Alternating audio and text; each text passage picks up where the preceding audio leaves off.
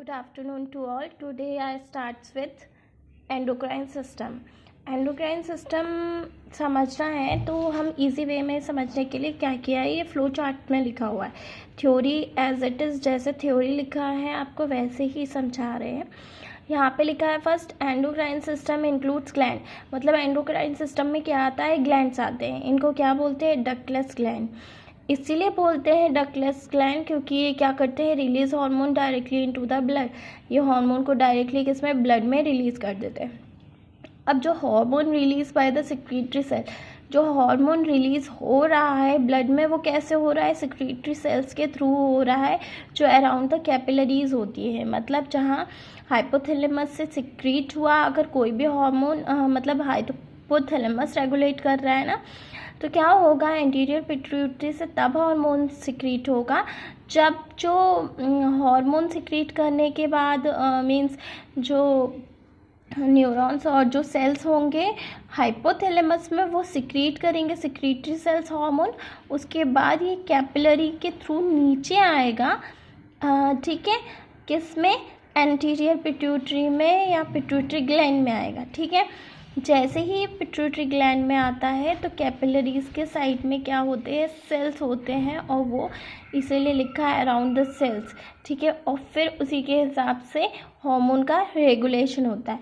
Next, इतना simple आपको यही समझना है, ज़्यादा कंफ्यूज नहीं होना है कि हार्मोन डायरेक्टली ब्लड में कैसे सिक्रीट हो रहे हैं सिक्रीटरी सेल्स की हेल्प से. ठीक है, अब यहाँ पे बोला हुआ है होम्योस्टेसिस. यहाँ पे ये बताया है कि पहली चीज़ तो डक्टलेस ग्लैंड क्यों कहते हैं ये हमने बता दिया, हार्मोन कैसे रिलीज होता है. दूसरी चीज़ आपको पढ़ना है होम्योस्टेसिस में इसका रोल क्या है. होम्योस्टेसिस मेनली एएनएस के थ्रू होता है. एएनएस मतलब ऑटोनॉमिक नर्वस सिस्टम. हमारा बीपी हाई हो जाता है, हमारी बॉडी कंट्रोल कर लेती है. हमारा इंसुलिन कम हो जाता है, हमारी बॉडी कंट्रोल कर लेती है. तो कुछ चीज़ें ऐसी हैं हमें नहीं पता है, बट बहुत सारी चीज़ें हमारी बॉडी कंट्रोल करती है. जब भी कोई चेंजेस होते हैं तो बॉडी उसे मेंटेन कर रही है, तो ये एएनएस के थ्रू हो रहा है. ठीक, ऐसे ही बहुत सारी चीज़ें हैं कि जैसे बोलना चाहिए, जैसे अभी मैंने आपको एग्जांपल दिया इंसुलिन का, उसमें तो ग्लैंड्स का इन्वॉल्वमेंट है. ठीक है, वैसे ही बहुत सारी होती है. जैसे हमारे हार्ट रेट की बात करें, ठीक है, राइट एग्जांपल, हार्ट रेट की बात करें तो क्या होता है कि हार्ट रेट जो है हमारा बढ़ रहा है, कम हो रहा है, या बहुत सारी चीज़ें हमारी बॉडी में अपने आप चलती रहती हैं, उनमें बैलेंस मेंटेन करना होम्योस्टेसिस कहलाता है. एक्सटर्नल और इंटरनल एनवायरनमेंट के बीच में हमारी बॉडी में बहुत कुछ चेंज हो रहा है बट बॉडी मेंटेन कर रही है, वो होम्योस्टेसिस है. वो ऑटोनॉमिक नर्वस सिस्टम के थ्रू होता है.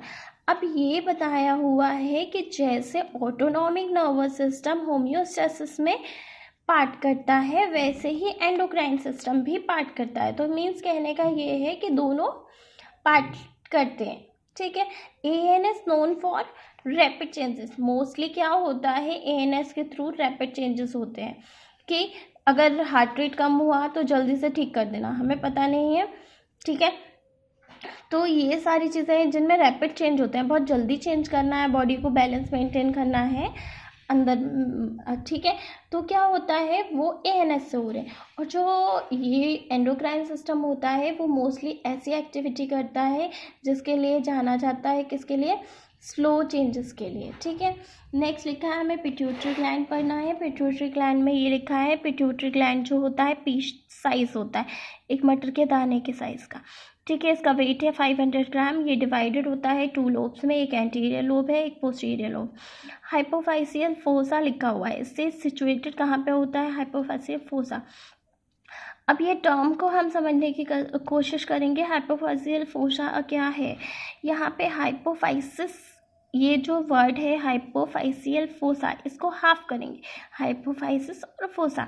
हाइपोफाइसिस एक टेक्निकल टर्म है जो किसके लिए यूज़ होता है, पिट्यूटरी ग्लैंड के लिए. मतलब ये बताया है यहाँ पिट्यूटरी ग्लैंड की बात हो रही है. और फोसा मतलब होता है एक डिप्रेशन, मतलब एक डिप्रेशन टाइप का, एक गड्ढा टाइप का होता है. कहाँ पे, स्फेनॉइड बोन में. ठीक है, उसको बोलते हैं हाइपोफाइसियल फोसा, जिसमें ये सिचुएटेड होता है. Okay, contain pituitary gland. ठीक, नेक्स्ट लिखा है पिट्यूटरी ग्लैंड के जो 2 लोब्स होते हैं, एक एंटीरियर लोब है, एक पोस्टीरियर लोब है। इनके अदर नाम लिखे हुए हैं। आपको याद करने का सबसे अच्छा तरीका है, एंटीरियर ए से है तो ये इसे ए से ही याद करना है, एडिनो हाइपोफाइसिस। दूसरा पोस्टीरियर लोब है। अब पोस्टीरियर लोब हमें कैसे याद रखना है, कभी मिस्टेक ना हो एंटीरियर और पोस्टीरियर में। तो क्या है, पी के पास में सबसे पहले क्या आता है, एन आता है। ए बहुत दूर है, एन पास है, तो ये न्यूरो हाइपोफाइसिस, ये एडिनो हाइपोफाइसिस। ओके, नेक्स्ट ये लिखा हुआ है पोस्टीरियर लोब जो है वो मोस्टली नर्व फाइबर्स के थ्रू हाइपोथैलेमस से अटैच होता है, या बोलना चाहिए पोस्टीरियर लोब और हाइपोथैलेमस के बीच में जो कनेक्शन बनाते हैं नर्व फाइबर बनाते हैं। और एंटीरियर लोब जो है वो विद कैपिलरी नेटवर्क से, वो मोस्टली उसमें कैपिलरी नेटवर्क कनेक्शन बनाते हैं। ठीक, अब हमने बात कर ली एंटीरियर लोब और पोस्टीरियर लोब की। अब बचा इंटरमीडिएट लोब।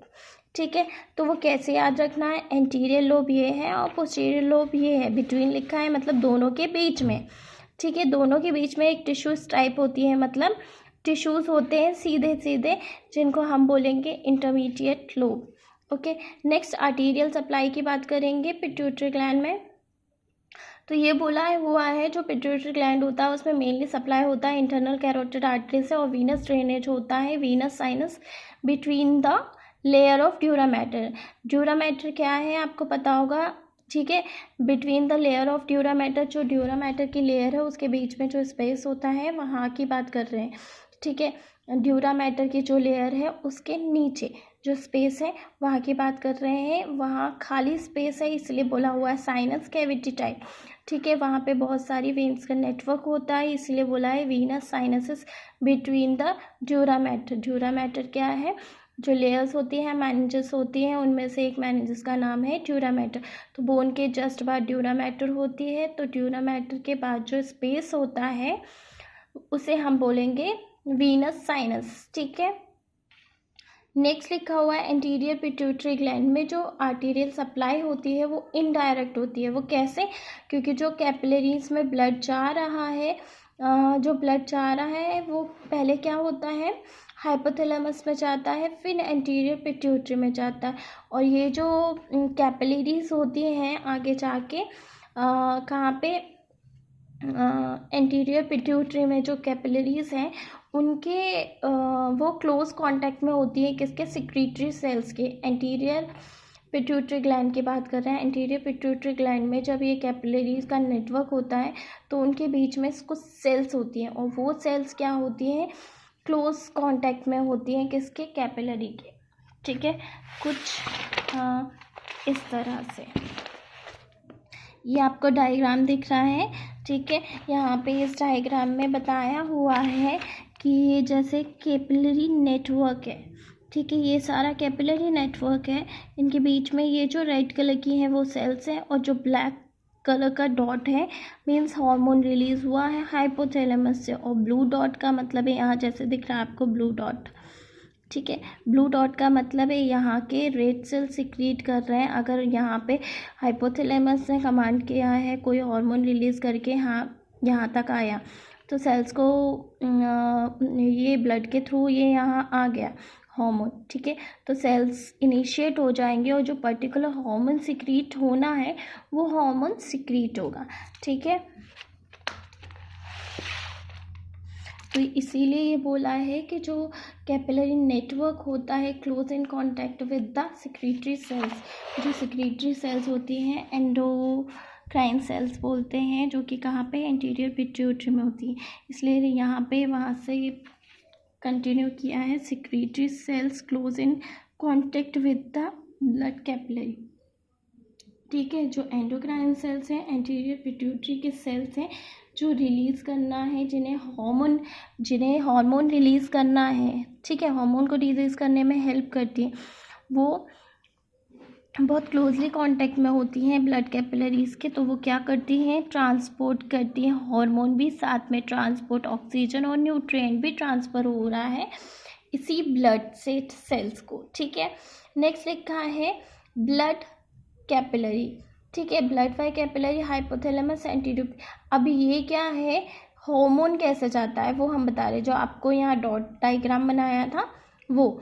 अब ब्लड है, ब्लड हाइपोथैलेमस में जाएगा, फिर एंटीरियर पिट्यूटरी में जाएगा। अब इससे बीच में क्या होता है वो देखिए, हाइपोथैलेमस में ब्लड गया तो ब्लड में ब्लड है और हार्मोन है।